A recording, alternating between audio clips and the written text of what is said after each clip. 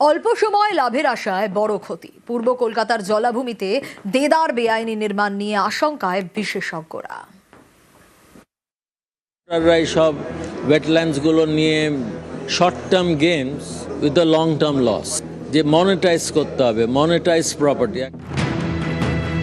কলকাতার কিডনি, পূর্ব কলকাতার জলাভূমি মহানগরের নোংরা জল প্রাকৃতিকভাবে পরিশোধন করে। এইরকম গুরুত্বপূর্ণ জলাভূমি ধ্বংস হয়ে যাচ্ছে। জলাভূমি বুঝিয়ে ব্যাঙের ছাতার মতো গজিয়ে উঠছে দেদার বেআইনি নির্মাণ। তেমনি দুটি গোডাউনে গত 25শে জানুয়ারি গভীর রাতে আগুন লাগে। উঠতে শুরু করে একের পর এক প্রশ্ন। স্থানীয়দের দাবি, নাজিরাবাদে জলাভূমি বুঝিয়ে দেদার নির্মাণ হয়েছে। এদিকেও জলাভূমি ছিল? এই তো হ্যাঁ, পুরো হ্যাঁ, এই যে কারখানা, হ্যাঁ, সব জলা তো ভেড়ি ছিল, জলা তারপর আস্তে আস্তে সব তুলে দেওয়া, সব এখন ভরাট হয়ে গেছে। বিশেষজ্ঞদের মতে এই পরিস্থিতি চলতে থাকলে পূর্ব কলকাতার জলাভূমির বাস্তুতন্ত্র নষ্ট হয়ে যাবে। কলকাতার বর্জ্য জল আর পরিশোধন করা যাবে না। প্রচুর কার্বন এবং মিথেন গ্যাস বেরোবে। কলকাতার গরম আরো বাড়বে। এটা অনেক লেট হয়ে গেছে। এটা নজর আরো 10 থেকে 15 বছর আগে দিলে হয়তো কোনো থাকতো, কোনো রেলিভেন্স থাকতো। এখন is already very very late. 1985 সাল, নরেন্দ্রপুরের নাজিরাবাদে তখন বিস্তীর্ণ জলাভূমি। ধীরে ধীরে ছবিটা বদলাতে শুরু করে। যত দিন গিয়েছে ততই জলাভূমি বুঝিয়ে তৈরি করা হয়েছে বেআইনি নির্মাণ। প্রমোটাররাই সব ওয়েটল্যান্ডস গুলো নিয়ে short term games with a long term loss, যে মনিটাইজ করতে হবে, monetize property. Justice Umesh Banerjee কবে জাজমেন্ট দিয়েছেন? 1992। কিন্তু কে মানছে? In spite of that wetlands গুলো ইনক্রোচড হচ্ছে। নিউজ 18 বাংলা। বিজেপির থেকে মুখ ফেরানোর আশঙ্কা মতুয়া সমাজে, বিজেপির শিবিরে। আর তাই কি সিএএ দাওয়াই? সিএএ এর জন্য আরও একটি এম্পাওয়ার্ড কমিটি গঠন হলো। সিএএ এর জন্য মতুয়াদের বহু নাম বাদ গেছে এবং তাতে তাদের মধ্যে ক্ষোভ ছড়িয়েছে। এসআইআর ক্ষোভে সিএএ দাওয়াই বলে মনে করা হচ্ছে। বাংলায় আবেদন খতিয়ে দেখতে আরও 2টো এম্পাওয়ার্ড কমিটি, আরও 2 এম্পাওয়ার্ড কমিটি গড়ল স্বরাষ্ট্রমন্ত্রক। 20শে ফেব্রুয়ারি গঠিত কমিটির সঙ্গে সামঞ্জস্য রেখে কাজ হবে। আগেই আমলা গোয়েন্দা কর্তাদের একটি বিশেষ কমিটি গঠন হয়। নয়া 2 কমিটির নেতৃত্বেও জনগণনা বিষয়ক বিভাগের কর্তা। আর এই নিয়ে রাজনৈতিক তরজা তুঙ্গে।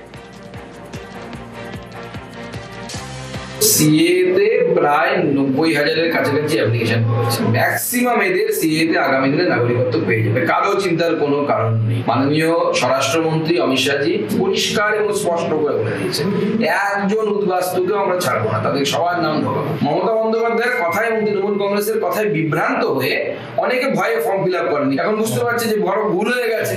এখন সবাই শেষের দিকে দৌড়চ্ছে। মতুয়ারা জানে, মতুয়ারা নিশ্চিন্তে আছে যে নরেন্দ্র মোদী আছে তাদের জন্য। বিজেপি হিন্দুদের কথা ভাবে আর হিন্দুরা বিজেপির কথা ভাবে। যারা বৈধ নাগরিক তাদের অথই জলে ফেলে দেওয়া হয়েছে। ফেলে দিয়ে এবার কমিটির নামে কমিটি গঠন করা হচ্ছে। তাদেরকে জোরে ধাক্কা মেরে যারা জলে ফেলে দিল, তারা এখন পাড়ে 4-5টা ডুবুরি দাঁড় করিয়ে রেখে বলছে ভয় পাবেন না, ডুবুরিরা কিন্তু পাড়ে আছে। যেটা তৃণমূল কংগ্রেস বারবার বলে আসছে যে যারা ভোট দিয়েছেন, ভোটার, বৈধ নাগরিক, কেন আপনারা তাদের শিকড় ধরে টানাটানি করছেন? এটা চোখে ধুলো দেয়া, ভোটের আগে মানুষকে বিভ্রান্ত করা। রাজ্যসভায় এ মাসেই ভোট, আর এদিকে তৃণমূল কংগ্রেস তাদের প্রার্থী দিয়ে দিয়েছে। এবার বিজেপি রাজ্যসভায় প্রার্থী করল রাহুল সিনহাকে। রাজ্যের প্রাক্তন সভাপতি, বিজেপির প্রাক্তন সভাপতি, প্রাক্তন জাতীয় স্তরের সেক্রেটারি, সাধারণ সম্পাদক রাহুল সিনহা দীর্ঘদিন ধরে বিজেপি করছেন। 16ই মার্চ রাজ্যসভায় পশ্চিমবঙ্গের 5 আসনে নির্বাচন। 2009 থেকে 2016 বিজেপির রাজ্য সভাপতি ছিলেন রাহুল সিনহা দীর্ঘদিন। আর সেই রাহুল সিনহাকে এবার বিজেপি প্রার্থী করল রাজ্যসভায়। পদের জন্য রাজনীতি করিনি, কিছু পাওয়ার জন্য রাজনীতি করিনি, শুধু আদর্শের জন্য রাজনীতি করেছি। আমাকে এই স্বীকৃতি দেওয়াতে অসংখ্য বিজেপি কার্যকর্তাদের মনে একটা আশার আলো যে জাগছে, যে না, যতই কোণায় পড়ে থাকি পার্টির নজর আমাদের উপর আছে। পশ্চিমবঙ্গ সহ দেশের শ্রীবৃদ্ধি, দেশের সমৃদ্ধি এবং দেশের স্বার্থে, মানুষের স্বার্থে কথা বলার যে একটা সুযোগ পাওয়া গেছে তাকে পূর্ণ ব্যবহার করার চেষ্টা করব। আর দোলের দিন সম্প্রীতির বার্তা মুখ্যমন্ত্রী মমতা বন্দ্যোপাধ্যায়ের, তিনি এক্স হ্যান্ডেলে পোস্ট করলেন। সেই এক্স হ্যান্ডেলে পোস্ট করে তিনি লিখলেন, দেখুন সম্প্রীতির বার্তা দিলেন, এক্স হ্যান্ডেলে পোস্ট করে লিখলেন, আজকের এই বিশেষ দিনে এই শপথ আমাদের নিতে হবে যে শ্রী চৈতন্যদেবের বাংলার। সম্প্রীতির বার্তা দিতে গিয়ে তিনি লিখলেন, ধর্মনিরপেক্ষতা সহিষ্ণুতার ঐতিহ্যের গায়ে আমরা দাগ লাগতে দেব না।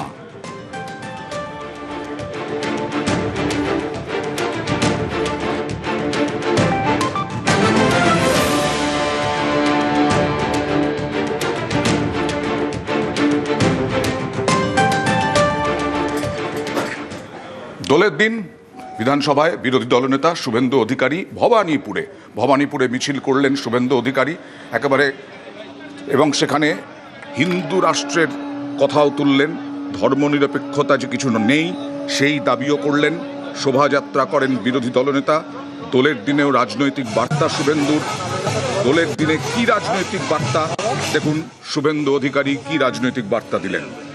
আর তার পাল্টা বিরোধী দলনেতাকে কটাক্ষ তৃণমূলের।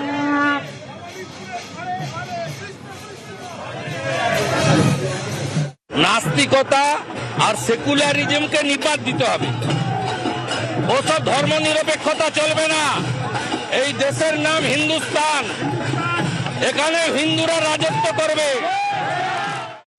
এই ভারতবর্ষ ইউনিটি ইন ডাইভার্সিটি, বৈচিত্র্যের মধ্যে ঐক্য। এই শুভেন্দু অধিকারী দুদিন আগে ইফতার পার্টিতে যেতেন। এই ধরনের অসভ্য স্টেটমেন্ট বাংলা বরদাস্ত করবে না। এই বাংলা রবীন্দ্রনাথের মাটি, এই বাংলা নজরুল ইসলামের মাটি, এই বাংলা লালন ফকিরের মাটি। এই বাংলার মাটিকে যারা বারংবার টুকরো করতে চেয়েছেন, আজকে দোল উৎসব, সেই প্রেমের বার্তার মাটি এই বাংলা। এই বাংলা শুভেন্দু অধিকারীদের হবে না। আর আমরা বারবার বলছি, বেনজিরভাবে অনেক আগে এবার কেন্দ্রীয় বাহিনী এ রাজ্যে প্রায় 500 কোম্পানি কেন্দ্রীয় বাহিনী, ভোটের আগে দোল, সেই দোলের দিনেও কেন্দ্রীয় বাহিনী, সেই কেন্দ্রীয় বাহিনীর বিভিন্ন জায়গায় রুট মার্চ এবং দোলে মাতলেন।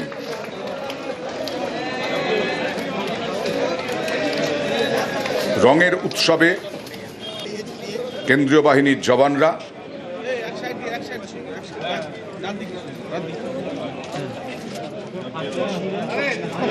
CRPF Commandant 310 Adop Battalion, I extend very thanks to Kolkata Police for this warm welcome and gesture. Thank you so much, Kolkata Police.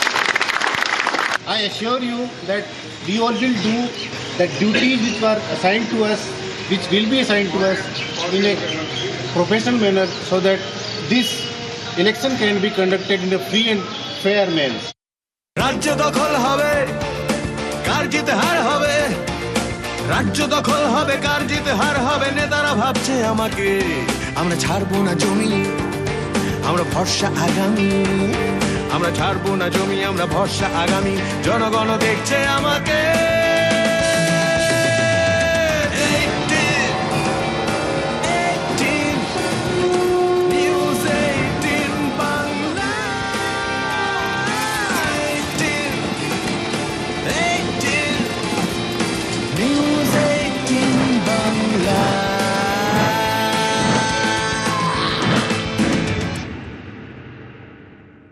বাংলার কুরুক্ষেত্র